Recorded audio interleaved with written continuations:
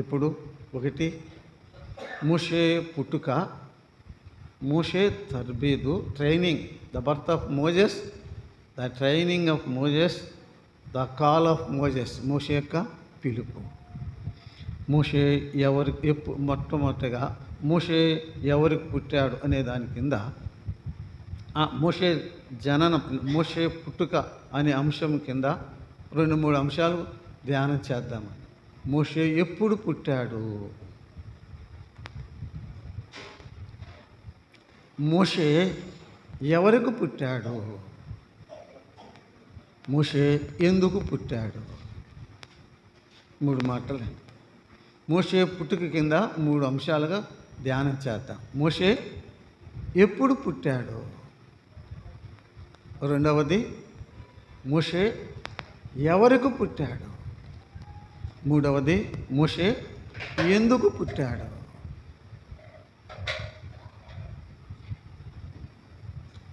అపోస్తుల కార్యములు 7వ అధ్యాయము వచనము 20 అండి. చదువుతారా? అపోస్తుల కార్యములు వచనము 7:20. వచనము 7. ఆ కాలమందు మోషే పుట్టెను. చాలండి. మనం అంశం ఏంటి? ఎప్పుడు పుట్టాడని కదా. దేవుని వాక్యములో మనం ఏం చూస్తున్నాము? ఆ కాలమందు మోషే పుట్టెను. ఆ కాలం అంటే ఏ కాలం? 17 నుండి చదువుకుందాం. 17 వచ్చిన సత్తయ్య, అదే అధ్యాయం. అపోస్తుల కార్యములు 7:17 అండి. అయితే దేవుడు అబ్రహామునకు అనుగ్రహించిన వాగ్దాన కాలము సమీపించినప్పుడు. ప్రశ్న జవాబు తేటగా ఉంది కదండి. మోషే ఎప్పుడు పుట్టాడు? ఆ కాలం ముందు మోషే పుట్టాను అని ఉంది కదా. ఆ కాలం అంటే ఏ కాలము? దేవుడు అబ్రహాముకు వాగ్దానం చేసిన కాలము సమీపించింది, నెరవేర్చడానికి సమీపించినప్పుడు మోషే పుట్టాడు. అంతకుముందు పుట్టిన మోషేను గురించి ఉండేది కాదు. ఆ తర్వాత పుట్టిన మోషేను గురించి అంత గొప్పగా ఉండేది కాదు. ఆ వాగ్దాన కాలము సమీపించినప్పుడు మోషే పుట్టాడని మనం దేవుని వాక్యం చూస్తున్నామండి.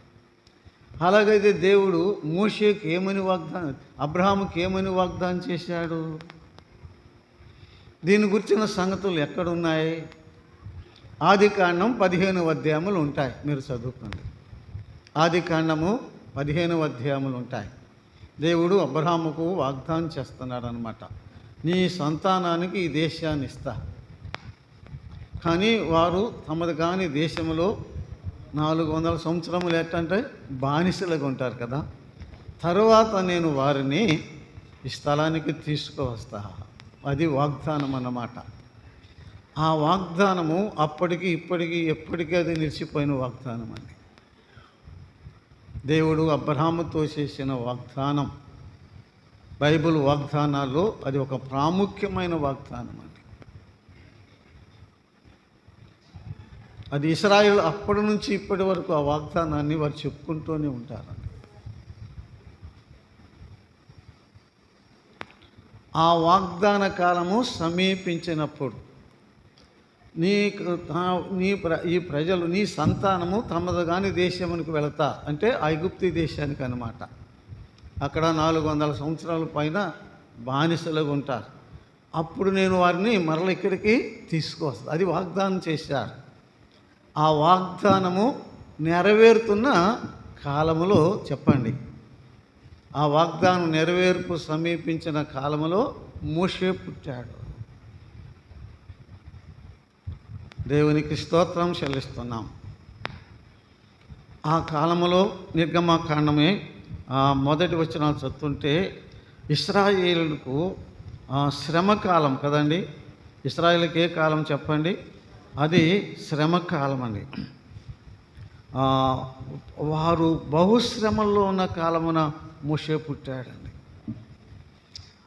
మూడవదిగా 11వ వచనం. కాబట్టి వారి మీద పెట్టు భారము చేత వారిని శ్రమ పెట్టుటకు వెట్టి పనులు నియమించెను. ధాన్యాదులు కన్ని కట్టించెను. 12 వారు శ్రమ పెట్టిరి.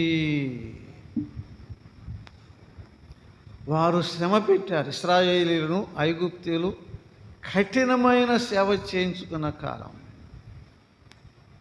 అంతేకాదు, 3వది మరణశాసనం ఏలుచున్న కాలం. అంటే ఏ కాలం చెప్పండి? మరణశాసనం ఏలుచున్న కాలం అంటే ఏంటి? ఆ మోషే పుట్టినప్పుడు అది ఇంక పుడతాడు.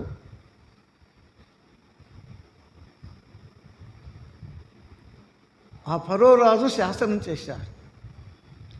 హెబ్రీ స్త్రీలు మగబిడ్డను కంటే ఏం చేయమన్నారు చెప్పండి? చంపేయండి అన్నాడు. అసలు ఆ పుట్టగానే పిసికేయమన్నాడు. ఏటిలో పారేసి చంపేయమన్నాడు. మరణశాసనము ఏలుతున్న కాలం. ఇశ్రాయేలీలు ఐగుప్తీయులకు దాసులుగా ఉన్న కాలం. మరణము ఏలుతున్న కాలం. దేవుని ప్రజల పట్ల రాజు కఠినంగా ఉన్న కాలం. దేవుని ప్రజలు ఆ ఇనప కొలిములో మహాశ్రమలు అనుభవిస్తూ మూలుగుచున్న కాలం అండి. ఆ మాట బైబిల్లోనే ఉన్నదన్నమాట. వారు మూలుగుచున్న కాలం. వారు మూలుగారండి.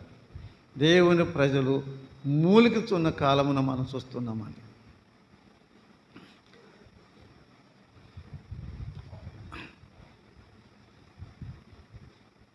అట్టి కాలములో అనుకూలమైన కాలం కాదు, అన్నీ బాగా ఉన్న కాలం కాదు. అది శ్రమకాలం, అది మరణశాస్త్రం ఎత్తున్న కాలం, అది రాజు కఠినంగా ఉన్న కాలం. అయితే వాగ్దానము నెరవేరుటకు సమీపించిన కాలం. ఇంగ్లీష్లో మోషేను మోజెస్ అంటారు.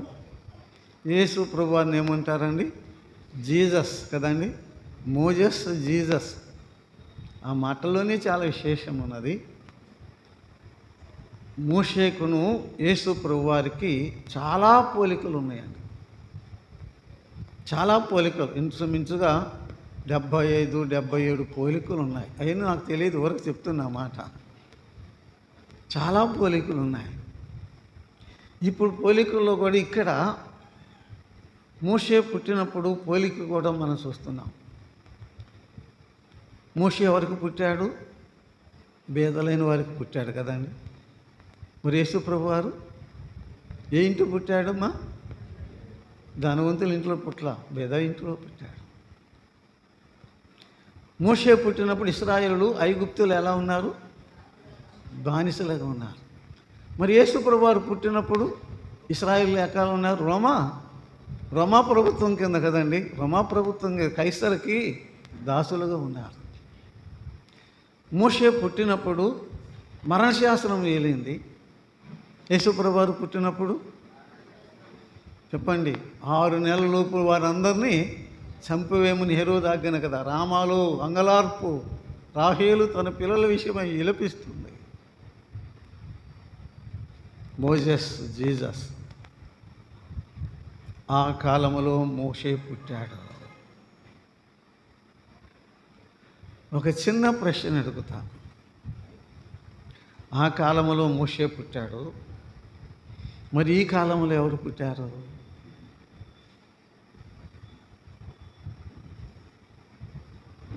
దాని గురించి ఆలోచన అక్కర్లేదు. మనమే ఇంకెవరు పుట్టారు? ఈ కాలంలో ఎవరు పుట్టామని చెప్పండి. ఈ కాలంలో మనం పుట్టాం. యేసు ప్రభువారిని గురించి, ఆయన పుట్టుకుని గురించి గలతీ పత్రికలు కాలము సంపూర్ణమైనప్పుడు అని ఉంటుంది కదా, లేదయ్యా? కాలము సంపూర్ణమైనప్పుడు ఆయన స్త్రీ యందు పుట్టినని మాట చూస్తున్నాం. ఈ కాలంలో ఎవరు పుట్టారు చెప్పండి? మనమే పుట్టాం. ఆ కాలంలో మోషే పుట్టాడు, ఈ కాలంలో చెప్పండి మనమే పుట్టాం. రెండవదిగా మోషే ఎవరికి పుట్టాడు కదా? మోషే ఎవరికి పుట్టాడు? నిర్గమకాండం 2వ అధ్యాయము 1వ వచనం చదువుకుందామండి.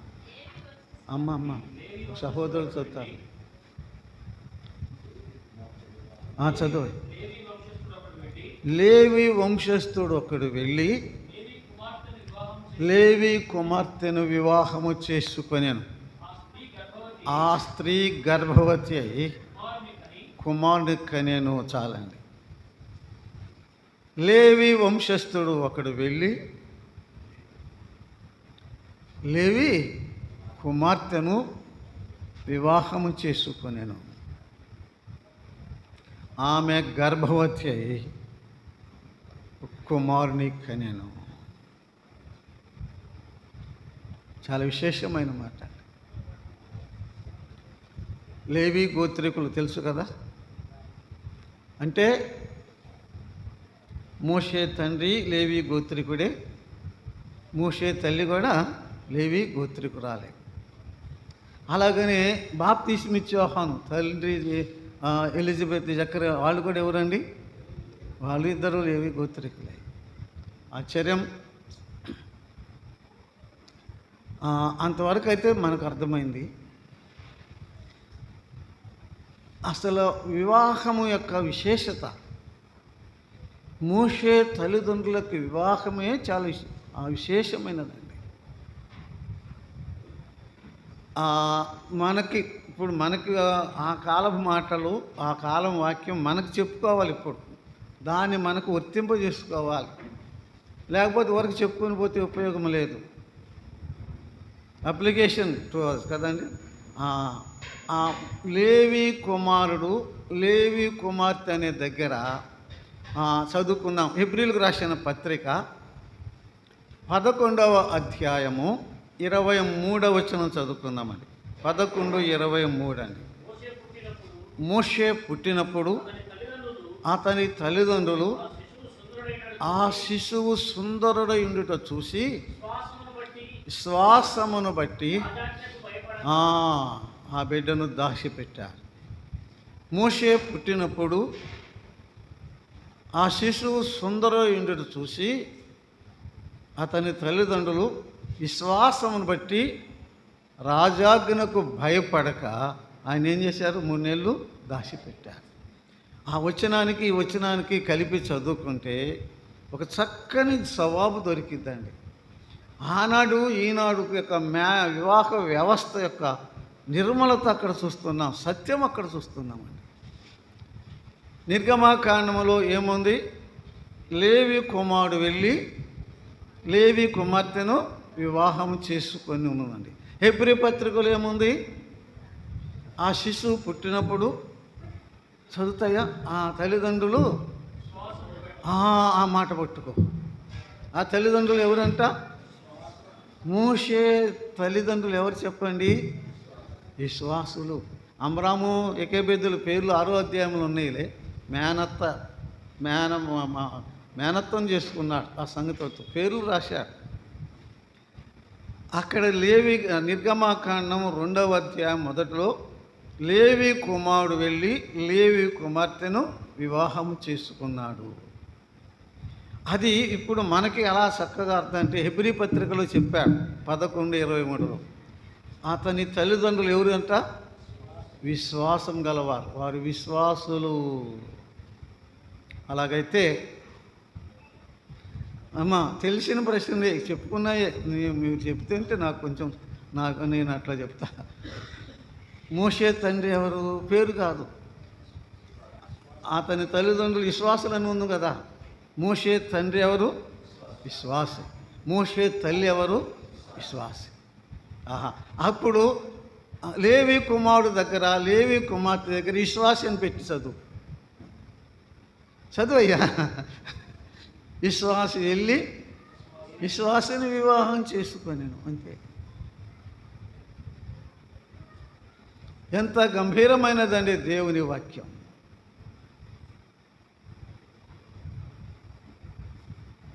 ఒక చక్కని నియమం, సూత్రం, ప్రిన్సిపల్, ఆజ్ఞ అక్కడ చూస్తున్నామండి. ఆ తర్వాత పౌలు కదా కొరింథీ పత్రికలో అవిశ్వాసులతో విజ్జోడుగా ఉండొద్దని చెప్పింది. విశ్వాసి అవిశ్వాసిని చేసుకోవద్దు అన్నాడు కదండి. నేరుగా తేటగా చెప్పాడు. ఎవరు? పౌలు భక్తుడు కొరింథీ పత్రికలు. ఈ అన్నీ లేకముందే అసలు ఈ ధర్మశాస్త్రము, ఈ 10 ఆజ్ఞలు, లేకపోతే ఆదికాండం, ఈ చరిత్ర అంతా రాసింది ఎవరు? మోషే కదండి.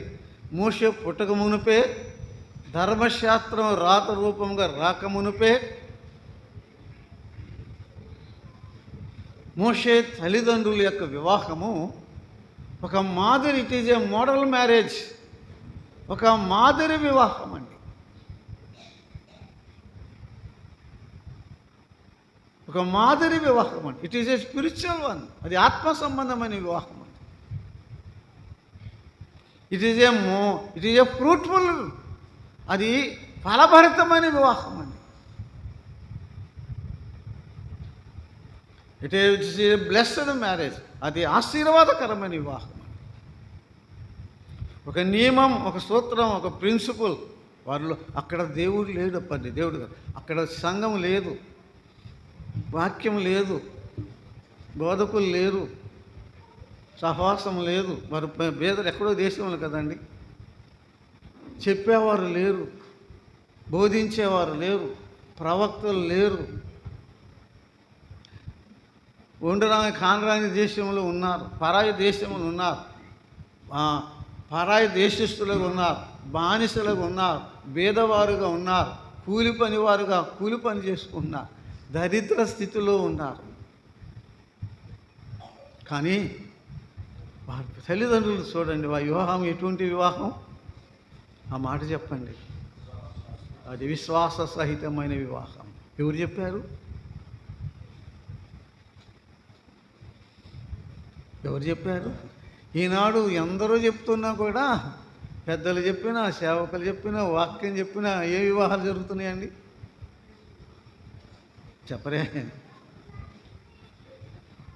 దేవుని వాక్యం, విశ్వాసి వెళ్ళి విశ్వాసిని వివాహం చేసుకున్నాడు. ఆ నియమం ఈనాడు మనం పాటించాలి, మన బాధ్యత. ఇది ఆజ్ఞ, ప్రభు ఇచ్చిన ఆజ్ఞ, అపోస్తుల బోధ, ఇది వాక్యం అండి. విశ్వాసి ఎవరిని చేసుకోవాలి? విశ్వాసిని చేసుకోవాలి.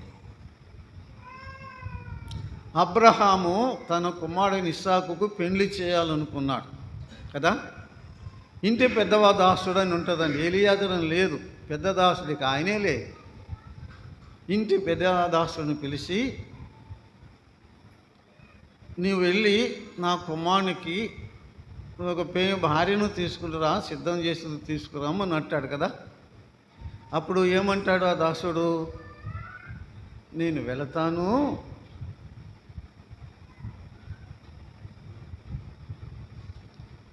ఆ దేశంలో ఒక అమ్మాయిని చూస్తాను, కానీ నేను పెళ్లి చేసుకుంటాను, కానీ నేను అక్కడికి రాను, ఆ అబ్బాయి ఇక్కడికి వస్తేనే చేసుకుంటాను అంటది. అప్పుడు నీ కుమారుని అక్కడికి తీసుకెళ్ళి పెళ్లి చేయాలంటాడు కదా. అప్పుడు అట్లా చేయకూడదు అంటాడు. పరలోకపు దేవుడు నీకు ముందుగా దూతను పంపిస్తాడు.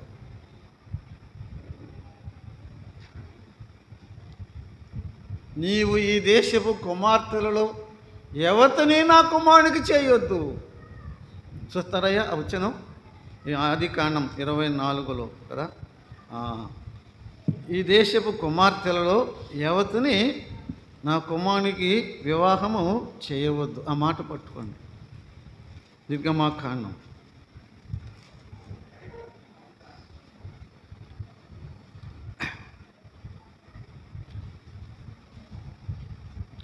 4వ వచనమండి. బంధువుల యొద్దకు వెళ్ళి,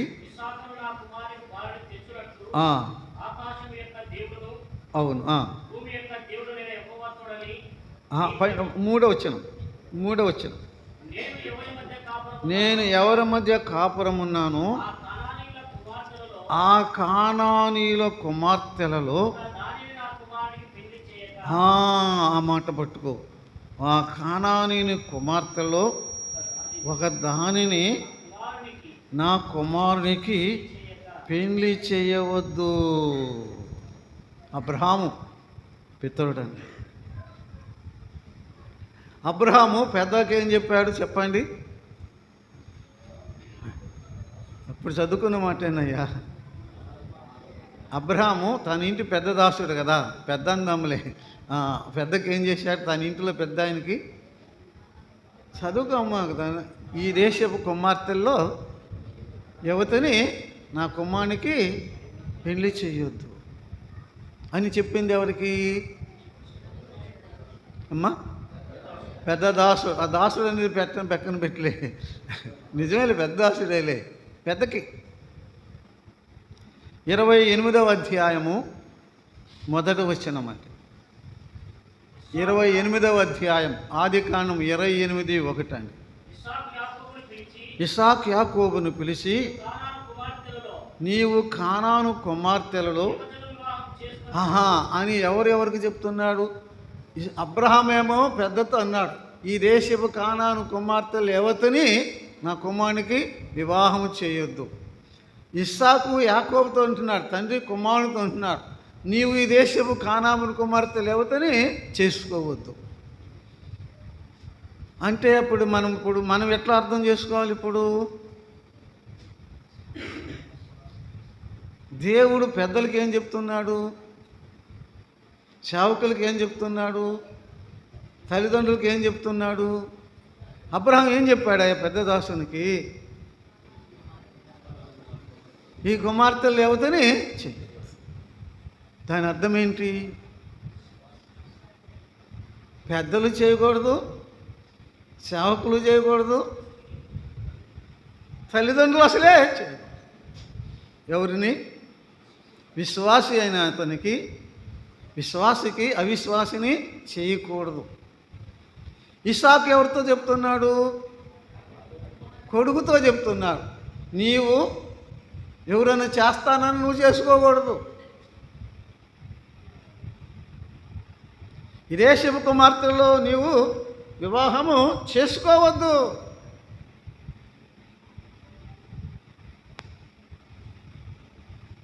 మోషే తల్లిదండ్రుల వివాహం, అందుకే అది ఒక మాదిరి వివాహం అండి. అది ఒక బ్లెస్డ్ వివాహం అండి. అది ఫలభరితమైన వివాహం అండి. అది ఆశీర్వాదకరమైన వివాహం అండి. ఆ వివాహమును దేవుడు ఆశీర్వదించాడు. ఆ వివాహము ద్వారా దేవుడు వారికి ముగ్గురినిచ్చాడు కదండి. ఎవరిని? మిరియామునిచ్చాడు, అహరోనిచ్చాడు, మోషేనిచ్చాడు. ఒక చిన్న ప్రశ్న, దేవుడు వారికి ముగ్గురినిచ్చాడు కదా. దేవుడు వారికి ముగ్గురినిస్తే ఆ ముగ్గురిని వారు ఏం చేశారు? చెప్పలేరా? ఆ ముగ్గురిని కూడా ఏం చేశారు చెప్పండి? ఆ ముగ్గురిని మరలా దేవునికి ఇచ్చారు. అది ఆశ్చర్యం. మిరియాం ప్రవక్తని అయిందా?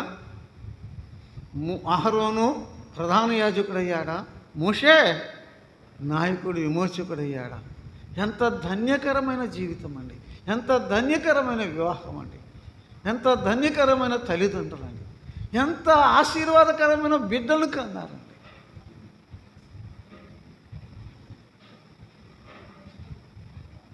ఆలోచన చేసుకోవాలి. ఈ దినాల్లో వివాహ వ్యవస్థ దెబ్బతినిపోతుంది. అందుకే సంఘాలు నిర్జీవం వచ్చేసి ఉంటాయి, చాలా బలహీనతలు వచ్చేసినాయి. కుటుంబ వ్యవస్థ, వివాహ వ్యవస్థ మొదటిగా దెబ్బతినిపోతుంది సంఘాల్లో. విశ్వాసి అయిన నీ కుమారునికి, నీ కుమార్తెకి ఎవరిని చేస్తున్నావు? ఎవరిని చెయ్యాలి? వాక్యం ఏం చెప్తుంది? నీవు నేనేం చేస్తున్నావు మన బిడ్డలకి? యవనస్తులారా, విశ్వాసులారా, మీరు ఎవరిని చేసుకుంటున్నారు? ఎవరిని చేసుకోమని వాక్యం చెప్తుంది? ఎవరిని మనం మన పిల్లలకి ఎవరిని చేస్తున్నాము? మన పిల్లల్ని ఎవరిని చేసుకుంటున్నారు? వివాహ వ్యవస్థ ఎంత దెబ్బతినిపోయిందో ఆలోచన చేసుకోవాలి. లేవి కుమారుడు వెళ్ళి లేవి కుమార్తెను వివాహం చేసుకున్నాడు. విశ్వాసి వెళ్ళి విశ్వాసిని వివాహం చేసుకొని. డిఎల్ మూడీ గారు ఇట్లా వాక్యం చెప్తుంటే ఒక అమ్మాయి లెగిసి, మూడీ గారు నువ్వు చెప్పింది కొంత రైటేగా, నేను పూర్తిగా ఏకీభవించను, నేను అన్నీ లేచి నిలబడిందంట. ఏమ్మా అన్నానంట. నేను విశ్వాసినండి, ఒక అబ్బాయి విశ్వాసి నేను అవిశ్వాసం చేసుకుని ఆ అబ్బాయిని కూడా విశ్వాసంలోకి ప్రభులోకి నడిపిస్తే ఒక ఆత్మను రక్షించినట్టు కదా, నువ్వేంది ఆ మాట చెప్తున్నావు అని అడిగిందంటండి. అదే మాట ఇప్పుడు కూడా అందరూ అంటున్నారు. అయ్యా కంట్ల అందరూ చేసుకునేవాడు అదే అంటున్నాడు, చేసేవాళ్ళు కూడా అదే అంటున్నారు. అదే ఇప్పుడు పరిస్థితి. అట్లాగమ్మా అన్నాడంట. సరే అన్నాడు. నా దగ్గరకు రమ్మన్నాడంట. దగ్గరకు వచ్చింది.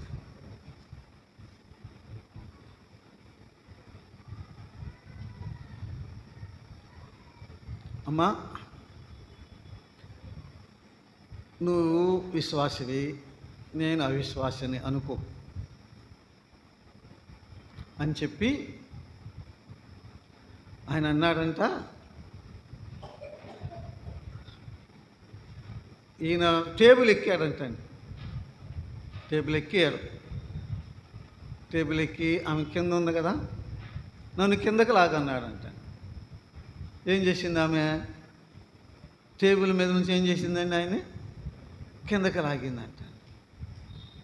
ఇప్పుడు ఆయన అన్నాడు, నువ్వు పైకి ఎక్కు అన్నాడంట. నువ్వు పైకి ఎక్కు, నేను కింద ఉన్నాను, ఇప్పుడు నన్ను పైకి లాగన్నాడంట. లాగిందా లాగలేదా? ఏమ్మా వినపడలేనా? పైనుంచి కిందకి దబామని లాగేసింది. మరి కింద నుంచి పైకి వాళ్ళు మార్చడం కాదు, వాళ్ళే మారుస్తారు నిన్ను. అవిశ్వాసిని పైకి విశ్వాసంలోకి మార్చటం కష్టం. మారుస్తారు, మారిన సంఘటనలు ఎన్నో ఉన్నాయి. కానీ అవిశ్వాసి ఏం చేయగలడు? అవిశ్వాసిని పెళ్లి చేసుకుంటే 180 మంది విశ్వాసులు అవిశ్వాసులుగానే వెళ్ళిపోతున్నారంట. కింద నుంచి పైకి పైనుంచి కిందకి లాగటం తేలిక, కింద నుంచి జాగ్రత్త. మోషే తల్లిదండ్రుల వివాహం మోషే తల్లిదండ్రులకు దీవెనైంది. మోషే తల్లిదండ్రుల వివాహము వారి పిల్లలకు దీవెనైంది. మోషే తల్లిదండ్రుల వివాహము ఆ జాతికే ఆశీర్వాదమైంది. ఆ ఇశ్రాయేలు జాతి అంతటికి ఆశీర్వాదం.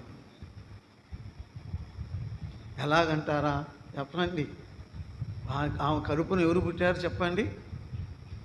వారి కడుపును ఎవరు పుట్టారండి? భక్తులు పుట్టినా, విశ్వాసులు పుట్టిన విశ్వాసులు భక్తులు పుట్టారు. ఎంత ధన్యకరమైన తల్లిదండ్రులు. విశ్వాసులైన తల్లిదండ్రులకు పుట్టారు. ఎవరండి? అహరోను, మోషే, ఎఫ్రాయిము, మిర్యాము. వారు ఎంత ధన్యులయ్యారండి, వారు ఎంత గొప్ప విశ్వాసులు అయ్యారండి. ఎవరిని బట్టి? తల్లిదండ్రులను బట్టి బిడ్డలు ధన్యులయ్యారు. బిడ్డలను బట్టి తల్లిదండ్రులు ధన్యులయ్యారు. మోషే, అహరోను, మిర్యామును బట్టి ఇశ్రాయేలు జాతి అంతా ఏమైంది చెప్పండి? చెప్పరే? ఇశ్రాయేలు జాతి అంతా ధన్యకరమైందండి. One marriage, one believers marriage, one spiritual marriage, one model marriage.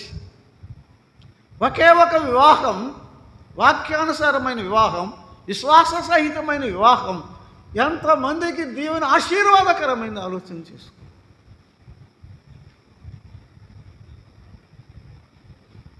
మోషే పుట్టినది విశ్వాసులైన తండ్రికి తల్లిదండ్రులకు పుట్టాడు.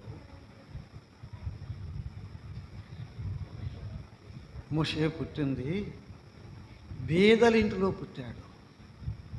పాకలో ఉన్నారా, డేరాలో ఉన్నారా తెలియదు కదండి. బీద ఇంటిలో పుట్టాడు. బీద ఇంటిలో, పాకలో అనుకున్నాం, పూరీలు అనేవాళ్ళు కదా పూటం, పాకలో పుట్టాడు. బానిసల తల్లిదండ్రులకు పుట్టారు. మోషే పుట్టిన ఇంటిలో బంగారం లేదు. మోషే పుట్టిన ఇంటిలో ఏమో లేదు చెప్పండి. చెప్పే కదా, దే హ్యావ్ నో గోల్డ్. తల్లిదండ్రులకు నో గోల్డ్, వారికి బంగారం లేదు. వారి ఇంట్లో బంగారం లేదు, కానీ వారి ఇంట్లో దేవుడు ఉన్నాడు. వారి ఇంట్లో దేవుడు ఉన్నాడు. ఇంట్లో ఏం లేదు చెప్పండి, చెప్పరే. బంగారం లేదు, వెండి లేదు, డబ్బు లేదు, కానీ ఎవరున్నారు? ఆ ఇంట్లో దేవుడు ఉన్నాడు. ఈ మాటలన్నీ చెప్పుకుంటుంటే నన్ను కూడా పొడుస్తున్నట్టుంది. మన ఇంట్లో ఉన్నాడా? మన ఇంట్లో ఏం లేకపోతే దిగులు ఎక్కువ చెప్పండి. రోజంతా దిగులంతా దేని గురించి అండి? డబ్బు లేదు, అయ్యి లేదు, ఇదే కదా రేగిచిన కానించి పండుకున్న దాకా. పండుకున్నప్పుడు అదే ఆలోచన. డబ్బు లేదు, గోల్డ్ లేదు, అదే కదా. మరి దేవుడు లేడు, ప్రభువు లేడే, ఆనందం లేదే, ఆయన సంతోషం లేదే, ఆయన సన్నిధి లేదే, ఆయన కృప లేదని ఎప్పుడైనా దిగులు పడి ఆలోచించి ప్రార్థన చేశావా? హృదయంలో ఏడుకున్నావా? ఏడ్చావా? వారికి అంతస్తు లేవు, భవనాలు లేవు, బెదయిల్లే, చిన్న పాక. ఆ ఇంటిలో బంగారం లేదు, ఆ ఇంటిలో దేవుడు ఉన్నాడు. ఆ ఇంటిలో ఆడంబరం లేదు, అటాసం లేదు, విలాసం లేదు. ఆ ఇంటిలో విశ్వాసం ఉంది. విశ్వాసమును బట్టి అన్నారు కదండి, కదా లేదండి? ఆ ఇంటిలో ఏమని చెప్పండి? ఆ ఇంటిలో విశ్వాసం ఉంది. ఆ ఇంటిలో దేవుడు ఉన్నాడు. ఆ ఇంటిలో భక్తి ఉన్నది. ఆ ఇంటిలో ఆత్మీయత ఉన్నది. ఆ ఇంటిలో అనురాగత ఉన్నది. ఆ ఇంటిలో ఆప్యాయత ఉన్నది. ధ్యానం చేసుకుందాం, నేర్చుకుందాం ప్రభు పాదాల దగ్గర. ఎవరికి పుట్టాడో మనం చూసాం.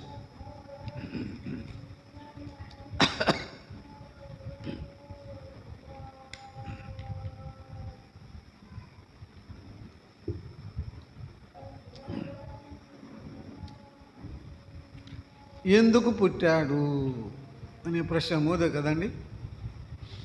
మూడోదైన ప్రశ్న, ఎందుకు పుట్టాడు? ఈ ప్రశ్నే చాలా విచిత్రంగా ఉండొచ్చు. ఆ ప్రశ్న ఎందుకు పుట్టాడు అది దాని గురించి మనం ధ్యానం చేసే ముందు నేను కూడా ఒక ప్రశ్న వేయాలని ఆశిస్తున్నాను. నీ జీవితంలో ఎప్పుడైనా నేను ఎందుకు పుట్టాను అని ఎప్పుడైనా ఆలోచన చేసావా?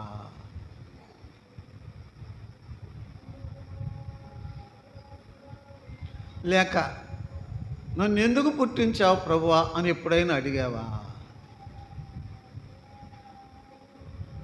చెప్పండి. అసలు ఎప్పుడైనా ఆలోచన వచ్చిందా?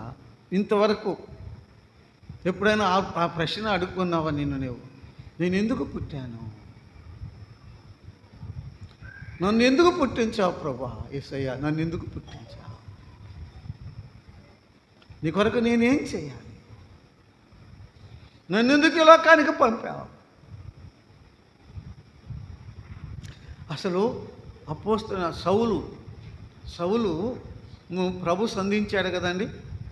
మిట్ట మధ్యాహ్న సమయమైన సూర్య తేజస్సు కంటే మిక్కిలి ప్రకాశమైన వెలుగులో సంధించినప్పుడు నువ్వెవడో ప్రభు అన్నాడు కదా నేల మీద పడ్డప్పుడు. నేను నీవు హింసించున్న నజరేయుడైన యేసు. అలాగైతే ఏమన్నాడు? నేనేం చేయాలి? ఏమన్నాడు చెప్పండి? వెంటనే ప్రశ్న, నేనేం చేయాలి ప్రభువా? నేనేం చేయాలి? ఎప్పుడైనా నువ్వు ఆ ప్రశ్న అడిగావా? అడుక్కున్నావా నీవు?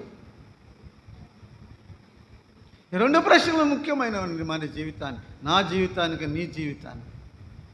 రెండు ప్రశ్నలు ఏంటి? నన్ను ఎందుకు పుట్టించావు? రెండోది పౌలు అన్నట్లుగా నీ కొరకు నేనేం చేయాలి?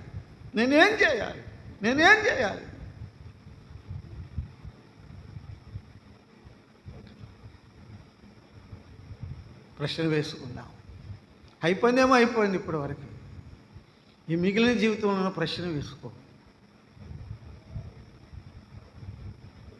నేను ఎందుకు పుట్టాను?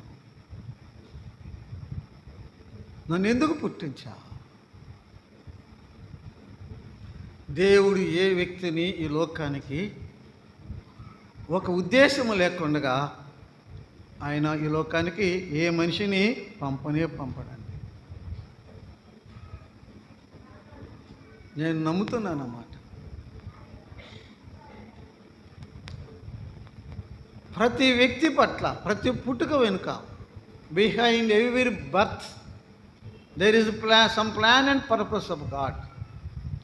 ప్రతి పుట్టుక వెనుక దేవుని యొక్క సంకల్ప ఉద్దేశం తప్పక ఉంటుందండి. నా పట్ల ఒక ఉద్దేశం, నీ పట్ల ఉద్దేశం, ఒక్కొక్కరి పట్ల ఒక్కొక్క ఉద్దేశం ఉంటుందండి. ఏ ఉద్దేశం లేకుండా దేవుడు నన్ను ఈ లోకానికి పంపలేదు. ఆ మాటలు మనం ధ్యానం చేసుకోవాలి, అది ధ్యానించుకోవాలి. అది అయిపోయిందేమో, ఇప్పుడైనా అయినదేమో అయిపోయింది. నీకు నేనేం చేయాలి చెప్పు? నా శేష జీవితం, నా మిగిలిన జీవితం, నా ముందున్న జీవితం నేనేం చేయాలి? నీ కొరకు నేనేం చేయాలి? పౌలు అడిగినట్లుగా నేల మీద పడి రోధిస్తూ నేనేం చేయాలని విలపించి అడుగుతున్నాడు. మోషే ఎందుకు పుట్టాడు? నేనెందుకు పుట్టాను? నువ్వెందుకు పుట్టావు? ఇర్మియాను గురించి ఒక మాట చదువుకుందాం. చూడండి, ఇర్మియాను గురించి అందరిది మొదటి అధ్యాయము 4-5 వచనాలు చదువుతారా? మొదటి అధ్యాయము 4-5 వచనాలండి. సెలవిచ్చాను, గర్భములో నేను నిన్ను రూపింపక మునిపే నిన్నెరిగి తిని, మునిపే ప్రతిష్ఠించితని, ప్రవక్తగా నియమించితని. ఇప్పుడు అయ్యా చక్కగా చదివారు కదయ్యా, నాకేం అర్థం కాలేదంటాను. అక్కడ ఏముందమ్మా? ఎప్పుడు? గర్భమున పుట్టక మునిపే కదా, తల్లి గర్భంలో పడక మునిపే, నిన్ను రూపింపక మునిపే నేను నిన్ను జనములకు ప్రవక్తగా నియమించా. చక్కగా అర్థమైపోయింది కదా. ఇర్మియా పుట్టుకలో ఉద్దేశం ఏంటి? ఇర్మియా దేవునికి ఎలాగుండాలి చెప్పండి? ఒక ప్రవక్తగా ఉండాలి. అది దేవుని యొక్క అందుకే ఇర్మియాను పుట్టించింది. అలాగున ప్రతి ఒక్క పుట్టుక వెనుక వెట్టిగా నీ పుట్టుక ఒక సంకల్పం ఏదో ఉన్నదండి. అదే మనం తెలుసుకోలేకపోతున్నాం. ఇప్పుడు మనం చదువుకున్నాం కదా, అపోస్తల కార్యములు 13వ అధ్యాయం 25 13వ అధ్యాయము 13:34. నేను యెష్షై కుమారుడైన దావీదును కనుగొంటిని, అతడు నా ఇష్టానుసారైన మనుష్యుడు. 34 వచనం కూడా చదువుతాయా? 34 నేను చెప్తానండి. అపోస్తలుల కార్యములు 13వ అధ్యాయం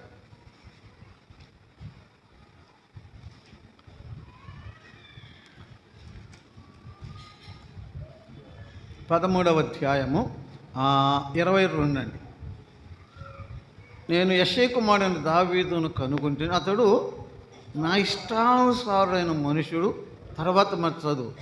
తర్వాత చదువు మాట, అతడు నా ఉద్దేశములన్నీ, ఆ మాట పట్టుకో, అతడు నా ఉద్దేశములు అన్నీ నెరవేరుస్తాడు. దేవుడు దావీదుని ఎందుకు పుట్టించాడు? అక్కడున్న మాట ఎందుకు చెప్పండి? అతడు నా ఉద్దేశములు, దావీదు పట్ల దావీదును పుట్టించడంలో దేవునికి కొన్ని ఉద్దేశాలు ఉన్నాయి. ఆ మాటే నన్ను తాకిందండి. ఇర్మియాను పుట్టించడంలో ఉద్దేశం కదండి, ప్రవక్తగా. దావీదును గురించి అతడు నా ఉద్దేశములన్నీ ఏం చేస్తాడు? నెరవేరుస్తాడు. దేవుడు దావీదు పట్ల కొన్ని ఉద్దేశాలు కలిగి ఉన్నాడు. ఆ మాటే నాకు నీకు కూడా అన్వయించుకుందాం. నా పట్ల నీ పట్ల కూడా దేవుడు చెప్పండి, ఒక ఉద్దేశం కలిగి ఉన్నాడు. అతడు నా ఉద్దేశములన్నీ నెరవేర్చను. 36వ వచనం అండి, అపోస్తుల కార్యములు 13:36. దావీదు దేవుని సంకల్పము చొప్పున ఆ తరం వారిని సేవించి నిద్రించాను. ఆహా, దావీదు పట్ల దేవుడు సంకల్పం ఉన్నది. ఆ సంకల్పాన్ని దావీదు ఏం చేశాడండి? నెరవేర్చాడు. అదే కదా, దేవుని సంకల్పం ఆ తరం వారు నెరవేర్చాడు. అక్కడ ఒక స్పష్టమైన మాట, స్పష్టంగా ఇక మనకి ఏమో నన్ను ఎందుకు పుట్టించాడో ఏమో ఎన్ని అర్థం కాకపోయినా ఇక్కడ ఒక మాట ఉన్నది స్పష్టంగా. దావీదును గుర్తొస్తున్నప్పుడు అసలు ఎందుకు పుట్టించాడంటే అతడు నా ఉద్దేశములన్నిటినీ ఏం చేస్తాడు? నెరవేరుస్తాడు. ఆ ఉద్దేశములో చూడండి 36, దావీదు దేవుని సంకల్పం చొప్పున తన తరం వారికి సేవ చేశాను. ఏంటి ఉద్దేశం? సేవ చేయటం. ఇంకా చాలా ఉన్నాయి ఆయన పట్ల, కానీ మనందరికీ అన్వయించే ఉద్దేశం ఏంటి చెప్పండి? సేవ చేయటం. అమ్మా, అయ్యా, సోదరుడా, సోదరి, దేవుడు నిన్ను ఎందుకు పుట్టించాడు చెప్పండి అమ్మా? యేసయ్య సేవ చేయటానికి. యేసయ్య సేవకుడు చేసేది కాదు, సేవకుడు మాత్రమే కాదు, దేవుని సేవ ఒక సేవకుడు చేసేది కాదండి, అది అందరి బాధ్యత. అందరం సేవకులమే. అది ఒక యాంగిల్, ఒక కోణంలో అందరూ సేవకులమే, కానీ కొంతమంది సేవకులు, అది వేరు సంగతి. అందరిని ఎందుకు పుట్టించాడు? ఆ మాట చెప్పండి. సేవ చేయటానికి, దేవుని సేవ చేయటానికి. చేస్తున్నావా? అది సేవకుడు పని అంటున్నావా? ఆ సేవకుడు పని వేరు సంగతులే. నీ సేవ, నీకు కూడా ఉంది ఆ బాధ్యత. దేవుడు నన్ను ఎందుకు పుట్టించాడు? స్పష్టంగా ఒక మాట తెచ్చిపోయింది కదండి. ఏమండి? ఆయన సేవ చేయాలి. యేసయ్య సేవ చేస్తాం. కృపావరములు వేరువేరుగా ఉన్నాయి. ఒకరు ఒక విధంగా సేవ చేస్తారు. దేవుడు మోషేను ఎందుకు పుట్టించాడు? ఇర్మీయాను ఎందుకు పుట్టించాడు? పౌలుని ఎందుకు పుట్టించాడు? నన్ను ఎందుకు పుట్టించాడు? ఫరోను కూడా ఎందుకు పుట్టించాడండి? అపోస్తుల కార్యములో ఆ మాట చూస్తారా? ఫరోను రోమా పత్రిక 4:9-17 అండి. రోమా 9:17. రోమా 9:17.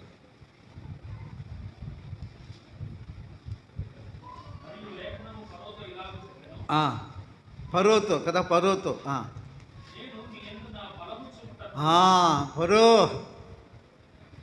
ఫరో నేను ఎందుకు నిన్ను పుట్టించానో తెలుసా? చదువు. నీ యందు నా బలము చూపుటకును నా నామము ప్రచురము పరచుటకు నేను నిన్ను పుట్టించా. ఫరో,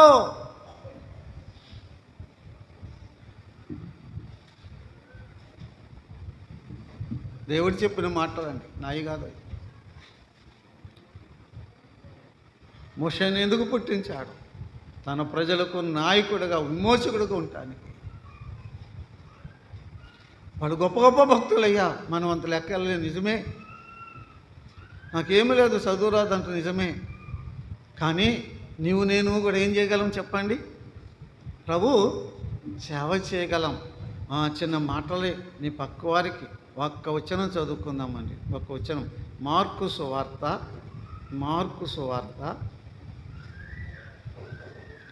13వ అధ్యాయం. మార్కు సువార్త 13వ అధ్యాయము 34 అండి. 13:34. 13 ఇచ్చి మాట చెప్పండి. ఆ మాట, ప్రతి వానికి అది యజమాని అంటే దేవుడే కదా. చెప్పండి, ప్రతివానికి ఆ మాట పట్టుకో చాలండి. ప్రతివానికి చెప్పండి, వాని పని. అందరికి ఒకే పని కాదు, ఒక్కొక్కరికి చెప్పండి. ప్రతివానికి ఒక్కొక్క వాని పని అప్పగించాడు. సోదరా సోదరి,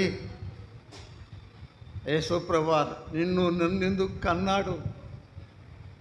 తన రక్తధారలో నన్నెందుకు కడిగాడు? నువ్వు నా సొత్తు అని ఎందుకు పిలుచుకున్నావు? నీ ద్వారా నా ద్వారా ఆయనకు మహిమ రావాలి. ఆయన కృపా మహిమకు కీర్తి కలుగునట్టు ఒక ఉద్దేశం, ఒక సంకల్పం, ఒక పని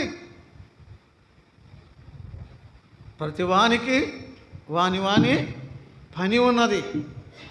నీ పని నీకుంది, నీ పని నీకుంది, నా పని నాకుంది. మొద్దుకై ఎస్తేరుకు కబురు చేస్తే కదా, హామాను కుట్ర చేశాడు, ప్రజలను రాజును శాసనం చేయించాడు యూదులను సంహరించడానికి.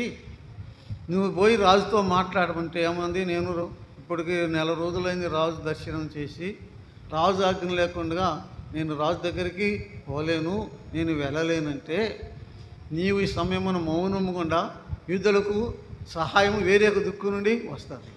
ఆయన ఆలోచన చేసుకో. ఈ సమయం బట్టి నీవు ఈ యొక్క రాణివయ్యావేమో ఆలోచన చేసుకో అంటాడండి కదా. అనాథమైన నిన్ను, తల్లిదండ్రులు లేని నిన్ను రాణిగా ఎందుకు దేవుడు చేశాడు? ఈ సమయం బట్టి అంటాడండి మొద్దికాయ. ఎందుకు? ఒట్టిగా నిన్ను రాణి చేసి సుఖంగా ఉండమని కాదు. 45వ అధ్యాయం ఆదికాండం యోసేపు అన్నల దగ్గరికి వెళ్ళినప్పుడు, అన్నలారా మీకంటే ముందుగా దేవుడు నన్ను పంపాడు. పంపింది ఎవరు? అన్నలా. ఎందుకు? కరువుతో నశించకుండానట్లుగా ప్రాణ రక్షణ కొరకు మీకంటే ముందుగా దేవుడు నన్ను పంపించాడు. ఆమె ఒక కుమారుని కనును, ఆయనకు యేసు అని పేరు పెట్టబడును.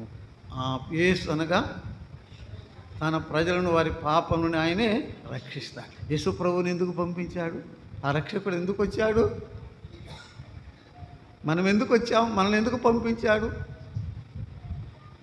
ఒక ప్రశ్న. నేను ఎందుకు పుట్టాను ప్రభా? నన్ను ఎందుకు పుట్టించావు? నేనేం చేయాలి? ప్రార్థన చేసుకున్నాం. మహిమగల మా తండ్రి, నీ పాదములకు స్తోత్రము నాయన. ఈ మట్టిని ఎందుకు పుట్టించావు? ఈ లోకానికి ఎందుకు పంపావు? ఎందుకు నీ రక్తధారలో కడిగావు? ఎందుకు భూమి మీద ఉంచావు? మాకంటే బలవంతులు, శక్తివంతులు, ధనవంతులు వెళ్ళిపోయారు. ఇంకెందుకు మా ఆశ పొడిగించావు? ఇంకెందుకు వచ్చావు? ఏం చేయాలి నీ కొరకు? నీ కొరకు నేను చేయవలసిన పని ప్రతివానికి వాని పని ఉన్నదని చెప్పినావు. మాతో మాట్లాడుతున్నందుకు స్తోత్రం చెల్లిస్తున్నాను. మా ప్రభా, నువ్వు పంపించిన ఉద్దేశమును, నువ్వు అప్పగించిన పనిని సంపూర్ణంగా నెరవేర్చి ఈ లోకయాత్ర ముగించి నీ వద్దకు వచ్చుటే మా జీవిత ధన్యత. మీ కృప మాకు దయచేయమని మా ప్రభువును మా రక్షకుడైన యేసుక్రీస్తు నామమున ప్రార్థన చేయుచున్నాము తండ్రి. ఆమేన్.